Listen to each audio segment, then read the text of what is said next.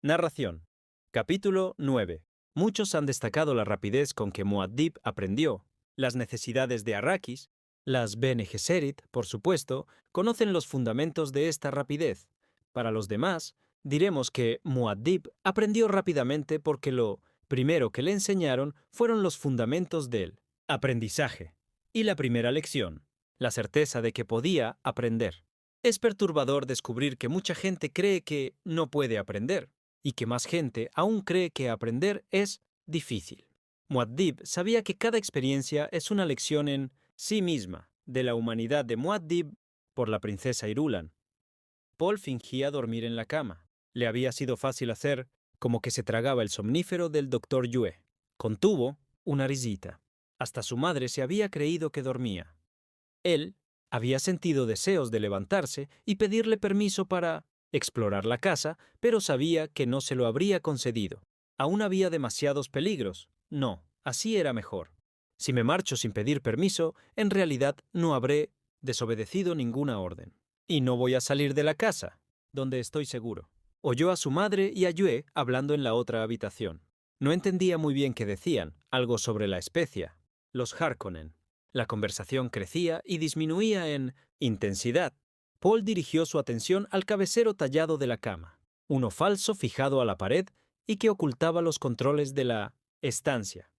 Era un pez volador tallado en madera, con oscuras olas debajo. Paul sabía que si apretaba el único ojo visible del pez, se accionarían las lámparas a suspensor de la habitación. La ventilación se controlaba girando una de las olas. Otra regulaba la temperatura. Paul se sentó en la cama con cuidado. La pared que quedaba a su izquierda estaba cubierta por una estantería alta. Se podía apartar a un lado para dejar al descubierto un pequeño cuarto trastero con cajones en uno de sus lados. La manija de la puerta que daba al exterior tenía la forma de la palanca de mandos de un ornitóptero. La habitación parecía haber sido concebida para atraerle. La habitación y aquel planeta. Pensó en el libro-film que le había mostrado Yue, Arrakis, la estación botánica experimental del desierto de Sub, Majestad Imperial. Era un viejo libro-film anterior al descubrimiento de la especia.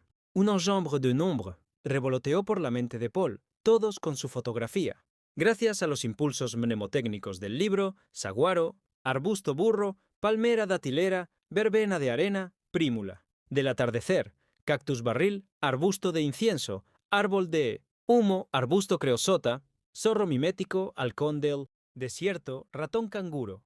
Nombres e imágenes. Nombres e imágenes surgidos del pasado terrestre de la humanidad, muchos de los cuales ya no podían encontrarse en ningún lugar del universo, excepto en Arrakis.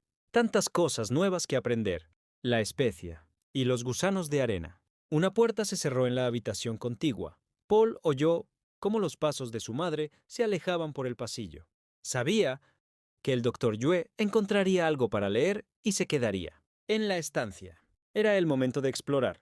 Paul se deslizó fuera de la cama y se dirigió hacia la estantería que se abría al cuarto trastero. Se detuvo al oír un ruido detrás de él y se dio la vuelta. El cabecero tallado de la cama estaba caído sobre el lugar que él ocupaba en el lecho hacía unos instantes.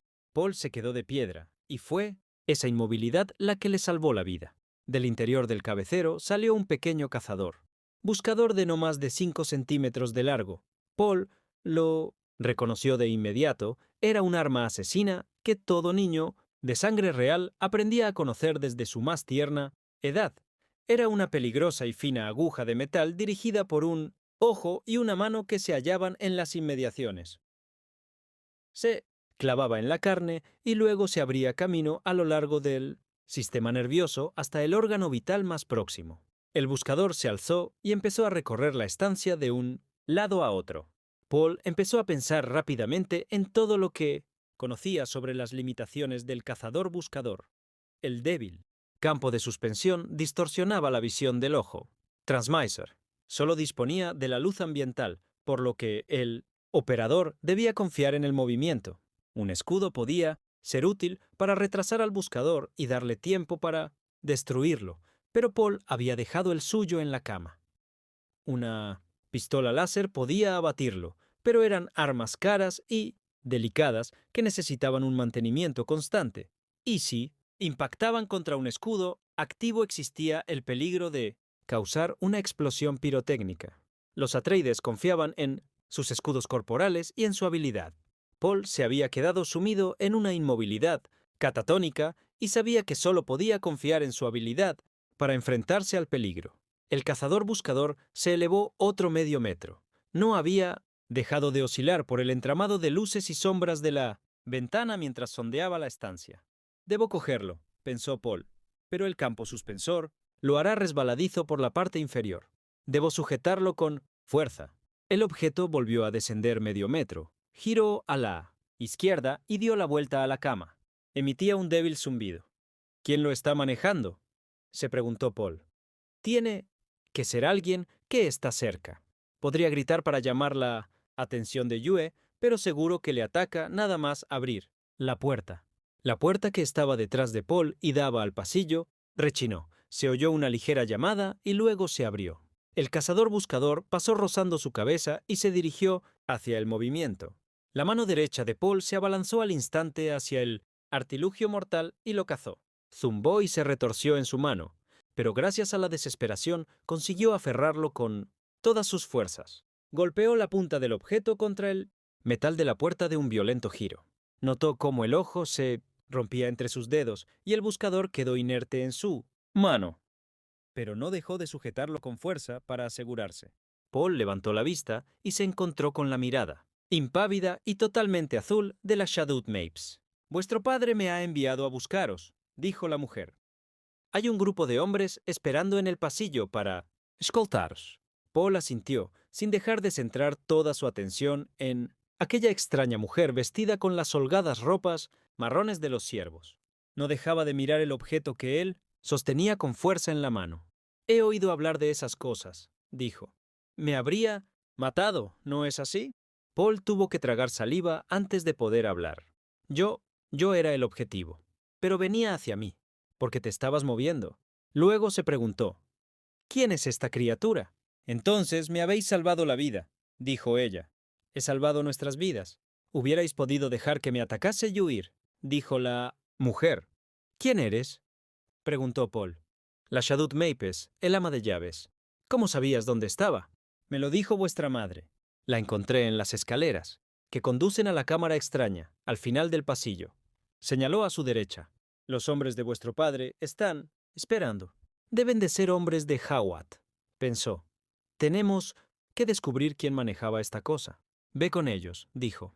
«Infórmales de que he encontrado un cazador-buscador y que deben encontrar al que lo controlaba. Que acordonen toda la casa y los terrenos adyacentes de inmediato. Saben cómo hacerlo». Seguro que lo controlaba un desconocido. Y se preguntó, ¿no podría ser esa criatura? Pero sabía que era imposible. Alguien seguía controlando al cazador-buscador cuando ella entró. «Antes de que siga vuestras órdenes, joven señor, debo allanar el camino entre nosotros», dijo Mapes. «Habéis puesto una pesada carga de agua sobre mí, y no estoy segura de poder soportarla. Aún así, nosotros los Fremen pagamos nuestras deudas, sean blancas o negras. Sabemos que hay un traidor entre los vuestros. No sabemos quién es, pero estamos seguros de ello. Quizá haya sido su mano la que ha guiado este cortador de carne». Paul lo asimiló en silencio. Un traidor. Antes de que pudiera hablar, la extraña mujer se había dado media vuelta para volver a dirigirse hacia la entrada. Fue a llamarla, pero había algo en su actitud que le dio a pensar que no le gustaría.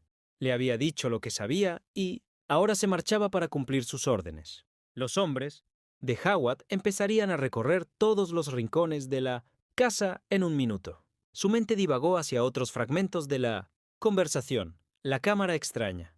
Miró a la izquierda, en 1900 la dirección hacia la que había señalado la mujer. Nosotros, los Fremen. Así que era Fremen. Hizo una pausa para que su visión mnemotécnica registrara los patrones de su rostro.